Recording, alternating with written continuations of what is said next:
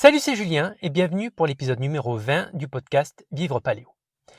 Alors aujourd'hui, j'avais envie de parler avec toi, de revenir un petit peu sur l'alimentation, mais d'un autre point de vue. C'est vrai que quand on parle d'alimentation, la première chose qui vient à l'esprit quand on parle d'alimentation, c'est le fait de se nourrir. On s'alimente pour grandir si on est en pleine croissance, pour donner de l'énergie à ses cellules pour se renouveler, pour pouvoir opérer dans son quotidien. Donc, c'est la plupart du temps la vision que l'on a de l'alimentation. Et pour cet épisode-là, je voulais qu'on voit un autre point de vue, un autre aspect qui est très peu abordé. C'est le côté non pas physiologique, comme je viens de te dire, mais plutôt le côté émotionnel. Alors, le côté émotionnel, tu as sans doute dû en entendre parler ou même vivre ces moments-là. C'est vrai que si je te dis alimentation émotionnelle, là, sûrement la première chose, enfin, si tu as déjà été confronté à ça, la première chose qui va te venir à l'esprit, c'est le côté, on va dire, négatif dans l'alimentation. C'est-à-dire que si tu as un coup de mou, si tu as ton moral qui baisse, si tu as un côté négatif, un côté émotionnel négatif, eh bien ça va se répercuter sur ton alimentation. Et donc souvent quand on parle d'alimentation émotionnelle, c'est pour évoquer ce côté négatif qui fait que quand on a des émotions négatives, on va compenser ça avec de la nourriture pour en quelque sorte se réconforter. Dans d'autres cas, ce sera pour se punir. Enfin, il y a différentes sortes d'états d'esprit qui font qu'on va les manger. Mais c'est souvent ce côté négatif dans l'alimentation ce côté négatif émotionnel qui est mis en avant par rapport à l'alimentation émotionnelle. Et souvent, ça revient souvent, tu as déjà dû entendre parler du fait de manger ses émotions.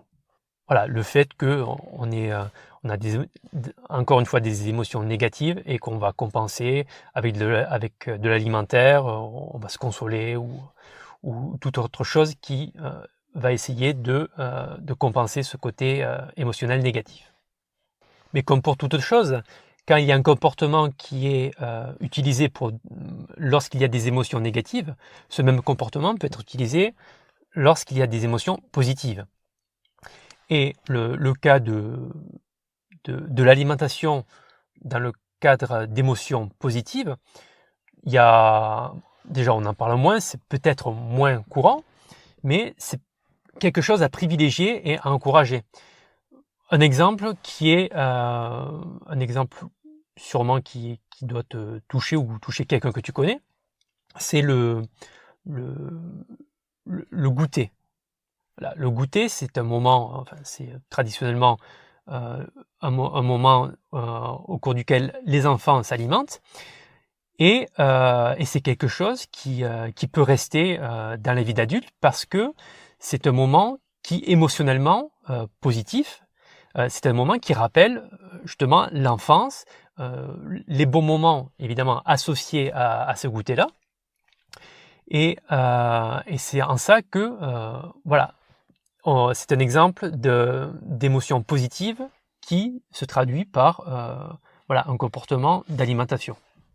Il y a tu as déjà dû entendre parler de la Madeleine de Proust, qui est donc c'est dans son roman du côté de chez Swann, je crois, dans lequel des émotions positives, des souvenirs remontent à la mémoire du narrateur, grâce justement à cette Madeleine qui lui rappelle tous ses souvenirs.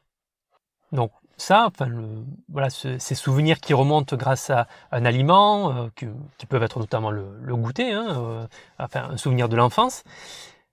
Mais dans le présent, tu as aussi des occasions d'avoir des émotions positives associées à la nourriture, au fait de manger.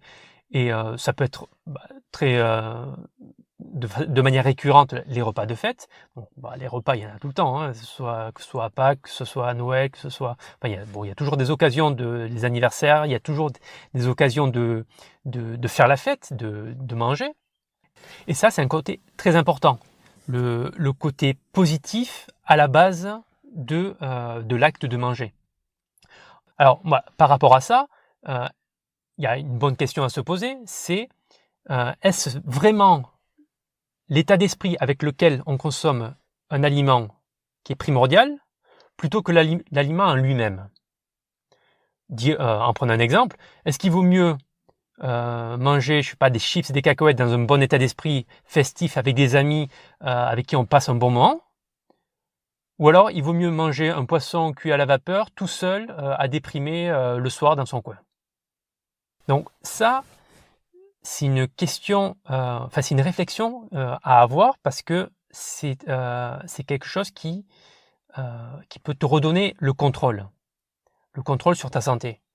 Pourquoi? Parce que si effectivement ce côté émotionnel est plus important que le côté physiologique de l'alimentation, c'est quelque chose qui peut te déstresser par rapport au fait de vouloir bien manger pour avoir une bonne santé.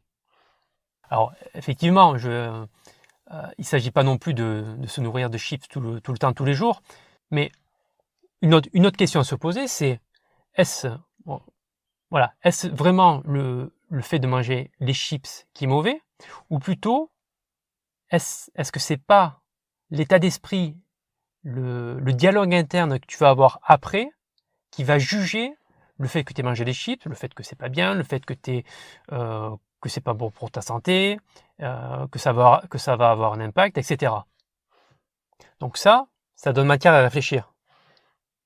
Et donc cette histoire de dialogue interne, c'est ce que tu retrouves à la base de tout. Quand tu as une personne qui a des troubles du comportement alimentaire, elle a un dialogue interne qui la pousse à faire ça. Quand toi tu as une baisse de morale, tu as déjà un dialogue interne qui va te diriger vers un confort alimentaire. Tout à l'heure, je te parlais de la Madeleine de Proust, l'exemple dans lequel tu as des souvenirs qui remontent à la surface.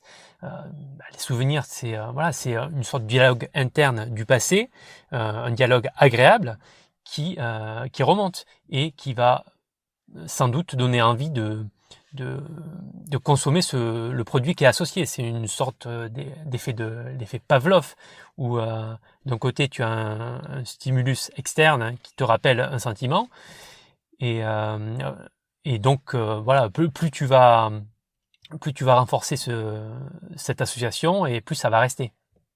Et aussi ce dialogue interne, tu l'as quand tu passes un moment agréable avec tes amis en soirée, au cours d'un repas. Et puis même, si tout ce dont on vient de parler, ça te donne matière à réfléchir, la prochaine fois que tu te trouves dans une situation comme ça, une situation festive, où tu peux manger, que ce soit un apéro, un repas, essaie de prendre un petit peu de recul et de moins consommer de l'alimentaire, des produits qu'elle a. Tu consommes toujours un petit peu, pour te faire plaisir, mais tu vois, essaie, au lieu d'avoir une alimentation qui, dans ce cas-là, est physique, essaie plutôt d'avoir l'alimentation émotionnelle. Cette alimentation que va te donner l'environnement festif, positif dans lequel tu es. Tu vois, est-ce que c'est pas ça, peut-être, qui nourrit plus et mieux notre corps, notre âme, notre cerveau, je sais pas, notre esprit? Est-ce que c'est pas plutôt ce côté émotionnel qui nous nourrit plus et mieux que le côté physique? Tu vois, c'est une bonne expérience à tenter, au cours d'une soirée d'un repas. Bon, un repas, c'est peut-être un peu plus difficile surtout quand c'est au restaurant, mais peut-être au cours d'un apéro, où il y a la présence de produits qui sont entre guillemets mauvais. Voilà, essaie de moins consommer, et plutôt que de consommer du physique, consomme de l'émotionnel avec l'ambiance qui est présente. Et si tu as déjà fait cet exercice-là, je t'encourage à laisser un commentaire sous le podcast et on pourra en discuter. Voilà, c'était tout pour cet épisode-là. J'espère t'avoir donné un petit peu du grain à moudre, même si c'est pas très paléo, de quoi réfléchir, de prendre un petit peu de recul par rapport à ça, et pour que la prochaine fois que tu te trouves dans une situation, on va dire, festive, positive avec ton cercle d'amis, tu puisses au mieux en profiter. Voilà, sur ce, je te dis à bientôt pour le prochain épisode.